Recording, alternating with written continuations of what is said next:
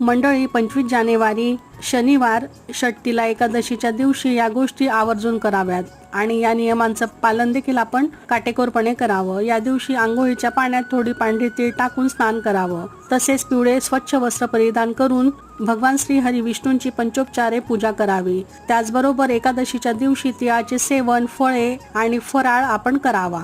तसंच श्री हरी विष्णूंना तीळ अर्पण करावं। पितरांना तर्पण तिळाने करावं। गरजूंना आपल्या क्षमतेनुसार यथाशक्ती दानधर्म करावा। उबदार कपडे, ब्लँकेट्स हे तुम्ही दान करू शकता। या दिवशी भगवान श्री हरी विष्णूंचे शक्य तितके नामस्मरण जप आपण करावा। ओम नमो भगवते वासुदेवाय या मंत्राचा जप आपण करत राहावा। या एकादशीची व्रत केल्याने मनुष्याच्या 7 जन्माचे पापे नष्ट होतात। त्याचबरोबर मोक्ष प्राप्तीही होत असते। या दिवशी माता तुळशी जवळही गाईच्या तुपाचा दिवा आवर्जून लावावा। श्री स्वामी समर्थ।